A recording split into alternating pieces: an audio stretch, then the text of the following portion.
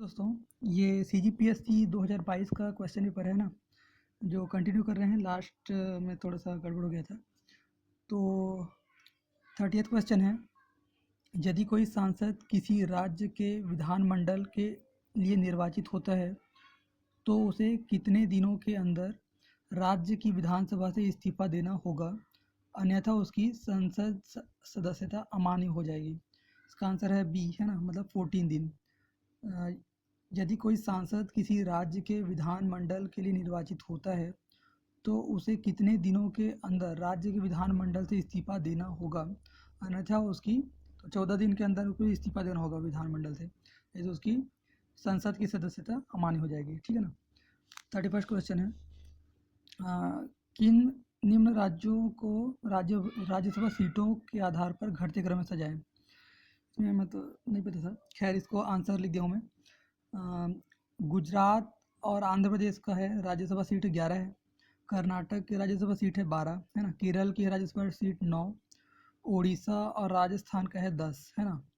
तो यही है, सबसे ज़्यादा राज्यसभा सीट है ऑप्शन के हिसाब से कर्नाटक का 12 है ना। सबसे ज़्यादा कर्नाटक का है 12, फिर गुजरात का है 11, है ना। फिर उड़ीसा का है 10 और केरल का है 9। तो कर्नाटक, गुजरात, उड़ीसा और केरल, इसका आंसर हो जाएगा सी। आंसर सही है इसका। ठीक है ना। सबके राज्यसभा सीट को मतलब याद रखना पड़ेगा आपको, कहाँ कितनी राज्यसभा सीट है। ठीक है। 31st question. 32nd क्वेश्चन है, मिलान करने वाला है ना। इसमें आपका हिमालय के बारे में है। उत्तर पश्चिमी हिमालय, हिमाचल और उत्तराखंड हिमालय, दार्जिलिंग और सिक्किम हिमालय और अरुणाचल हिमालय, है ना। तो ये मेरे को थोड़ा डाउट है, पर देख लेना इसका आंसर। इसमें जो आंसर सी लिया है उसने, सी मतलब ए का 2, उत्तर पश्चिम हिमालय को उसने शिवालिक श्रेणी लिया है, और हिमाचल और उत्तराखंड हिमालय को जास्कर में लिया है। दार्जिलिंग और सिक्किम हिमालय लेप्चा जनजाति, और अरुणाचल हिमालय को नामचा बारवा में, है ना। इसको मतलब मॉडल आंसर के अनुसार इसका आंसर 2, 1, 4, 3 है। मतलब उत्तर पश्चिम हिमालय को शिवालिक श्रेणी में रखा है, हिमाचल और उत्तराखंड हिमालय जास्कर में रखा है, दार्जिलिंग और सिक्किम हिमालय लेप्चा जनजाति, अरुणाचल हिमालय को नामचा बर्वा में। ठीक है ना। 33rd क्वेश्चन है, प्रायद्वीपीय पठार के संबंध में क्या सही नहीं है। पहला पहला सेंटेंस है, इस भूखंड की ऊंचाई लगभग 1000 से 1500 मीटर है। सेकंड क्वेश्चन है, प्रायद्वीप की ऊंचाई सामान्यतः पश्चिम से पूर्व की ओर कम हो जाती है, पश्चिम से पूर्व की ओर कम हो जाती है। और इसके पूर्व में गिर पहाड़ियाँ तथा पश्चिम में राजमहल पहाड़ियाँ हैं। इसके पूर्व में गिर पहाड़ियाँ तथा पश्चिम में राजमहल पहाड़ियाँ हैं। और पूछा है प्रायद्वीपीय पठार के संबंध में क्या सही नहीं है ना। तो सही नहीं है इसका आंसर है 1 और 3। मतलब भूखंड की ऊंचाई लगभग 1000 से 1500 मीटर है, ये सही नहीं है। और इसके पूर्व में गिर की पहाड़ी तथा पश्चिम में राजमहल की पहाड़ियाँ, ये भी सही नहीं है। और प्रायद्वीप की ऊंचाई सामान्यतः पश्चिम से पूर्व की ओर कम होती जाती है।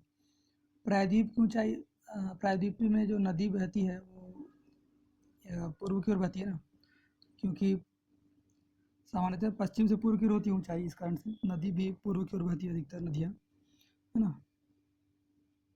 प्रायद्वीप की ऊंचाई सामान्यतः पश्चिम से पूर्व की ओर कम होती जाती है। ठीक है ना, ये सेंटेंस सही है। सेकंड, फर्स्ट और थर्ड असत्य है। ठीक है ना, सी आंसर सही है इसका। 33rd question.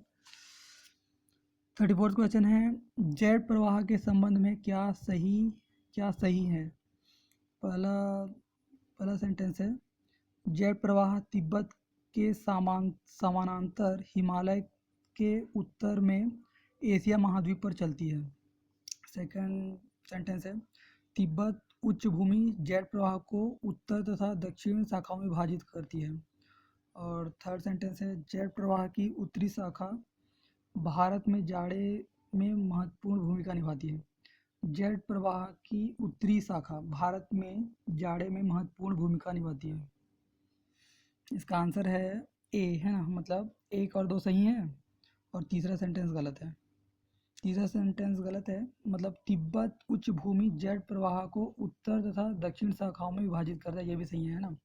तिब्बत उच्च भूमि जेट प्रवाह को उत्तर तथा दक्षिण शाखाओं में विभाजित करती है।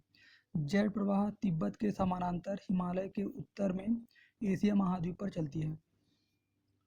और थर्ड ऑप्शन जो कि गलत है, जेट प्रवाह की उत्तरी शाखा भारत में जाड़े में महत्वपूर्ण भूमिका निभाती है, ये गलत है, मतलब वो भूमिका नहीं निभाती जाड़े में, है ना। 35th क्वेश्चन है, ये बायोस्फीयर रिजर्व को उसके एरिया वाइज अरेंज करना था। इसका आंसर याद रख लीजिए। सबसे ज़्यादा एरिया रहेगा नंदा देवी का है, डी ऑप्शन सही है इसका। फिर पचमढ़ी का है, फिर अस्तमलाई का है, फिर पन्ना, फिर कंचनजंगा का है ना। ये बायोस्फीयर रिजर्व एरिया सबसे ज़्यादा है नंदा देवी का, फिर पचमढ़ी का, फिर अगस्तमलाई का, फिर पन्ना का, फिर कंचनजंगा का, है ना। 18 बायोस्फीयर रिजर्व हैं और अब सबका एरिया भी याद रखना पड़ेगा आपको और डेट, स्थापना वर्ष, है ना। 36 क्वेश्चन है, निम्नलिखित भारत की मिट्टियों को ICAR द्वारा USDA मृदा वर्गीकरण के अनुसार उनके क्षेत्रफल के आधार पर घटते क्रम में सजाएं। इसका आंसर सी है ना। ये इसका आंसर है एंटीसोल्स, फिर एल्फीसोल्स, एरिडीसोल्स, फिर एल्टीसोल्स। इसका याद कर लीजिए। इसमें क्या बोला है, मृदा उसके क्षेत्रफल के आधार पर घटते क्रम में सजाएं, मतलब क्षेत्रफल घटता क्रम है एंटीसोल्स, फिर एल्फीसोल्स, एरिडीसोल्स, फिर एल्टीसोल्स। सी आंसर सही है इसका, है ना, सी ऑप्शन सही है। 37 क्वेश्चन है, निम्न कथनों को पढ़कर सही विकल्प चुनें। समुद्र से दूरी बढ़ने पर उष्णकटिबंधीय चक्रवात का बल कम हो जाता है। ठीक है, समुद्र के पास उष्णकटिबंधीय चक्रवात ज़्यादा आते हैं, समुद्र के पास ही ज़्यादा आते हैं ना चक्रवात। सेकंड सेंटेंस है, उष्णकटिबंधीय चक्रवात को ऊर्जा समुद्र सतह से प्राप्त जलवाष्प के संघनन क्रिया में छोड़ी गई गुप्त ऊष्मा से मिलती है, जो कि समुद्र सतह से दूर जाने पर कम हो जाती है। तो ये भी सही है और ये उसका कारण भी सही है ना, मतलब पहला ऑप्शन सही है, ए और दो दोनों सही हैं, तथा कथन दो जो है वो पहले का सही कारण है, असर्शन रीजन वाला है। दोनों सही हैं और उसका सही कारण भी है, ठीक है ना। 38 क्वेश्चन है आपका, फिर से ये मिलान वाला है। फसल और राज्य, रागी जो है वो कर्नाटक में है और बाजरा जो है वो आपका, बाजरा का राजस्थान है ना, इसके अनुसार, ये मेरे को अच्छे से नहीं पता। ज्वार है महाराष्ट्र में और उड़द मध्य प्रदेश में। इसका बी आंसर सही है, बी आंसर मतलब 1 3 2 4। रागी कर्नाटक, बाजरा राजस्थान, ज्वार महाराष्ट्र और उड़द मध्य प्रदेश में, ठीक है ना। 39 क्वेश्चन है, निम्न में से कौन सा कथन सही नहीं है बोल रहे हैं। भारत पवन ऊर्जा स्थापित क्षमता के आधार पर विश्व में चौथे स्थान पर है। इसका आंसर बी है, मतलब सही नहीं है, तो बी सही नहीं है, तो मतलब ए और सी सही है, ठीक है ना। भारत पवन ऊर्जा स्थापित क्षमता के आधार पर चौथे नंबर पर है, ठीक है ना। और भारत की कुल पवन ऊर्जा स्थापित क्षमता लगभग 400 गीगावाट है। ये गलत है, ये सेंटेंस गलत है ना, और ये सही है, तो याद कर लीजिएगा। अब भारतीय राज्यों में सबसे ज़्यादा पवन ऊर्जा क्षमता जो गुजरात में है, सबसे ज़्यादा पवन ऊर्जा गुजरात में है, शायद दूसरे नंबर में तमिलनाडु है शायद तक, इसको चेक कर लीजिएगा आप लोग, है ना। ये कौन सा कथन सही नहीं है, तो पवन ऊर्जा जो है, कुल पवन ऊर्जा जो है 400 गीगावाट नहीं है, ये गलत कथन है, असत्य कथन। और ठीक है, और भारत पवन ऊर्जा स्थापित क्षमता के आधार पर विश्व में चौथे स्थान पर है। इसके अनुसार ये सही है ना, इसको देख लेना। और सबसे ज़्यादा पवन ऊर्जा कहाँ होता है, तो गुजरात में होता है ना, इसको याद रख लेना। 40th क्वेश्चन है, क्वाड समूह के संदर्भ में क्या सही है? क्वाड के संबंध में क्या सही है ना? क्वाड समूह के शीर्ष नेताओं के बीच पहली बैठक 2017 में हुई है, ये गलत है। क्वाड 2022 की बैठक 24 अप्रैल को टोक्यो में आयोजित हुई, ये भी गलत है। ये 24 मई है शायद तक है, देख लेना इसको। और थर्ड सेंटेंस है, क्वाड 2022 बैठक में हिंद प्रशांत समुद्री कार्य क्षेत्र जागरूकता पहल की घोषणा की है। तो थर्ड सेंटेंस सही है, केवल 3। क्वाड बैठक 2022 में हिंद प्रशांत समुद्री कार्य क्षेत्र जागरूकता IPMDA पहल की घोषणा की है ना? इसको याद रख लेना। 41 क्वेश्चन है, चेन्नई में आयोजित 44वें चेस ओलंपियाड 2022 के संबंध में क्या सही है? ये चेस ओलंपियाड जो है वो पहले रूस या यूक्रेन में कहीं होना था, लेकिन वो फिर युद्ध हो गया तो वो भारत में आयोजित किया गया इसको, है ना? तो इसको भी ध्यान रख लेना। कौन से नंबर का है? 44वां चेस ओलंपियाड कहाँ आयोजित हुआ है? चेन्नई में हुआ है। इसमें क्या सही है? इसमें तीनों आंसर, मतलब तीनों सेंटेंस सही था इसका, ये है ना। ओपन वर्ग में 188 देशों तथा महिला वर्ग में 162 टीमों ने हिस्सा लिया है। ओपन वर्ग में 188 टीम और महिला वर्ग में 162 टीम ने हिस्सा लिया है। भारत की कुल 6 टीमों ने इस आयोजन में हिस्सा लिया है। भारत की तरफ से कुल 6 टीमों ने हिस्सा लिया है और भारत ने ओपन तथा महिला वर्ग में कांस्य पदक हासिल किया है। कांस्य पदक, ब्रॉन्ज मेडल जीता है ओपन और महिला कैटेगरी में, है ना। तीनों सेंटेंस सही है इसका, ये ऑप्शन सही है, ठीक है ना।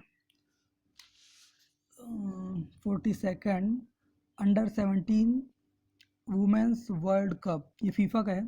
FIFA under 17 women's world cup 2022 का फाइनल मैच कहाँ? ये फीफा जो अंडर 17 भारत में होता है ना, तो कहाँ हुआ फाइनल मैच? कहाँ खेला गया ऐसे बोल रहे हैं। फाइनल मैच जो है वो आपका DY पाटिल स्टेडियम नवी मुंबई में खेला गया है। अधिकतर मैच उड़ीसा में खेले गए मेरे ख्याल से, लेकिन जो फाइनल मैच है वो मुंबई में खेला गया है ना। DY पाटिल नवी मुंबई में। इसको पूछा है भाई, फाइनल मैच कहाँ खेला गया? अंडर 17 वुमेंस वर्ल्ड कप 2022 का final match DY Patil stadium Navi Mumbai में खेला गया है, ठीक है ना। 43 क्वेश्चन है, वर्ष 2022 में दिए गए पद्म विभूषण पुरस्कार के संबंध में क्या सही है? वर्ष 2022 में पद्म विभूषण 4 लोगों को मिला है ना, लिखा हुआ है। और इसमें है 4 लोग हैं, प्रभा अत्रे, राधेश्याम खेमका, जनरल विपिन रावत और कल्याण सिंह। तो ये राधेश्याम खेमका, जनरल विपिन रावत और कल्याण सिंह को मरणोपरांत दिया गया है और प्रभा अत्रे, है ना। तो 4 लोग को मिला है टोटल। तो इसमें प्रभा अत्रे को यह पुरस्कार मिला है, 4 लोग को दिया गया है, 1 और 3 सही हैं। और कुल 2 लोगों को मरणोपरांत दिया गया है, तो यहाँ पे कुल 3 लोग को हो जाएगा, यहाँ पे, है ना, 3 आ जाएगा यहाँ पे। मरणोपरांत 3 लोग को दिया गया है ना। और इसको देख लेना, ये पद्म पुरस्कार को। 44 क्वेश्चन है, वर्ष 2022 का उत्कृष्ट सेवा के लिए राष्ट्रपति पुलिस मेडल किसे दिया गया? वर्ष 2022 का उत्कृष्ट सेवा के लिए राष्ट्रपति पुलिस मेडल जो है वो मोहसेन शहीदी को दिया गया है। राष्ट्रपति पुलिस मेडल 2022 का मोहसेन शहीदी को दिया गया है ना, याद रखना। 45 क्वेश्चन है, इसरो द्वारा वर्ष 2022 में भेजे गए अंतिम PSLV मिशन का नाम क्या है? 2022 के में अंतिम जो मिशन था वो है PSLV C54, है ना, ये ऑप्शन सही है, PSLV C54। इसरो द्वारा वर्ष 2022 में भेजे गए अंतिम PSLV मिशन का नाम है PSLV C54, polar satellite launch vehicle, है ना, PSLV का फुल फॉर्म। 46 क्वेश्चन है, भारत G20 के कौन से वार्षिक शिखर सम्मेलन की मेजबानी कर रहा है? भारत G20 के जो 18वां शिखर सम्मेलन है ना, उसकी मेजबानी कर रहा है, बी आंसर सही है इसका 46 क्वेश्चन का। 47 क्वेश्चन है, अंतर्राष्ट्रीय बुकर पुरस्कार 2022 किसको दिया गया? अंतर्राष्ट्रीय बुकर पुरस्कार 2022 जो है वो गीतांजलि श्री को दिया गया है। और इनकी पुस्तक है टॉम्ब ऑफ सैंड, है ना, इसको भी याद रखना, उसके बुक को, tomb of sand. Tomb of sand उनकी पुस्तक का नाम है, tomb of sand. Geetanjali Shree, है ना, भारतीय मूल की है, ऑब्वियसली नाम से पता चल रहा है।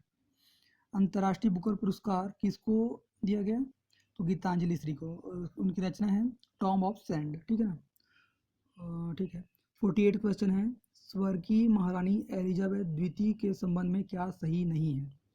इसका ऑप्शन है ए आंसर सही है, सही नहीं है पूछा है। वे 2 बार आधिकारिक तौर पर भारत आई थी, ये सही नहीं है। और 1961 में भारतीय गणतंत्र दिवस पर मुख्य अतिथि थी, ये सही है मतलब, है ना। और वो भारत की स्वतंत्रता की 50वीं वर्षगांठ के समारोह में सम्मिलित होने के लिए भारत आई, ये दोनों सही हैं बोल रहे हैं। कौन सा सही नहीं है, तो ए ऑप्शन सही है, 2 बार आधिकारिक तौर पर भारत आई, ये गलत है बोल रहे हैं, पता नहीं कितनी बार आई है, मेरे को चेक कर लीजिए। इसका आंसर ए लिया है ना 48 का। 49th क्वेश्चन है, निम्न में से गलत मिलान को चुने बोल रहे हैं। हृदय योजना, इसका फुल फॉर्म दिया है, हृदय heritage city development and augmentation योजना, हृदय योजना। सेहत योजना, सेहत है social endeavour for health care and telemedicine. और अमृत का है full form, Atal mission for rejuvenation and urban transformation. इसमें आपको ना सबका डेट भी याद रखना चाहिए, अमृत मिशन कब आया, मतलब उसका डेट है ना, आपका डेट को देना पड़ेगा, है ना, इसका डेट याद रखिएगा। और सबका फुल फॉर्म भी, हृदय का है heritage city development and augmentation योजना। सेहत social endeavour for health care and telemedicine. Amrut Atal mission for rejuvenation and urban transformation, है ना। 50th क्वेश्चन है,